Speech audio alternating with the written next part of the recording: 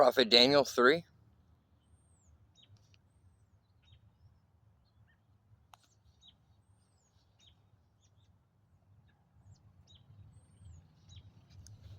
King Nebuchadnezzar made a golden statue 90 feet high and 9 feet wide, and set it up on the plain of Dura, in the province of Babylon.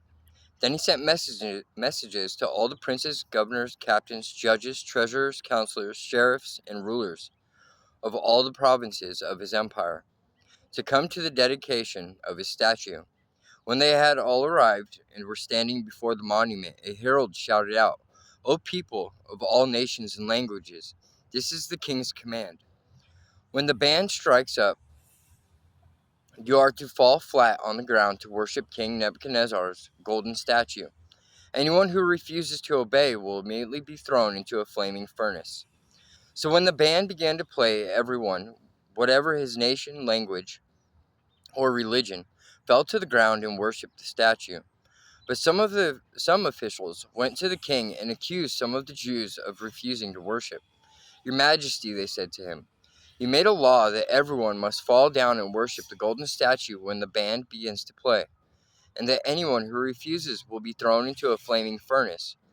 But there are some Jews out there, Shadrach, Meshach, and Abednego, whom you have put in charge of the Babylonian affairs, who have defied you, refusing to serve your gods or to worship the golden statue you set up."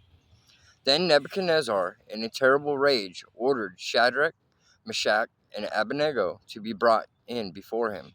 "It is true, O Shadrach, Meshach, and Abednego," he asked, "that you are refusing to serve my gods or to worship the golden statue I set up.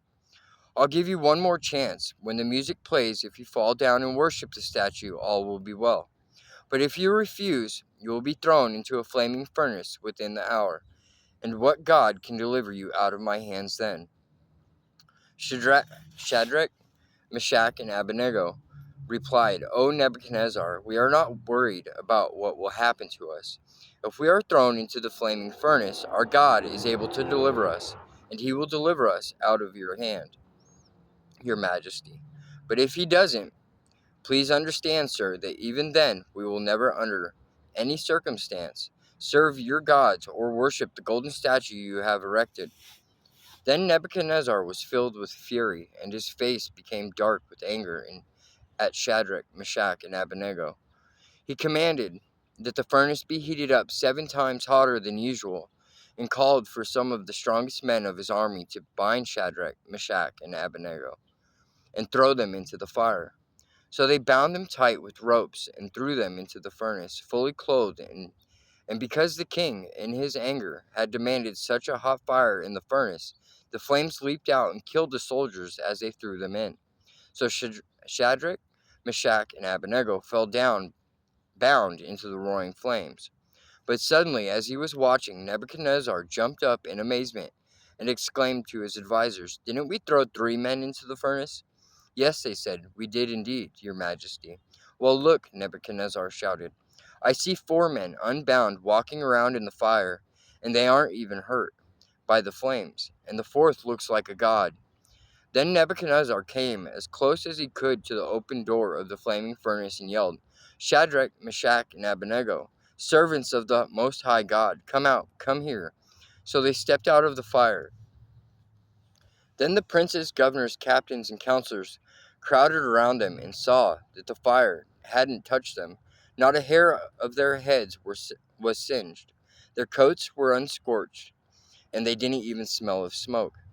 Then Nebuchadnezzar said, "Blessed be the God of Shadrach, Meshach, and Abednego, for he sent his angel to deliver his trusting servants when they defied the king's commandment, and were willing to die rather than serve or worship any god except their own.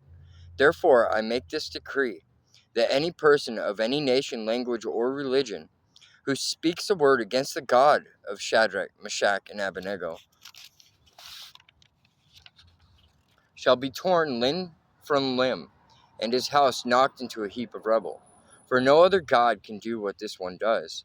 Then the king gave promotions to Shadrach, Meshach, and Abednego, so that they prospered greatly there in the province of Babylon.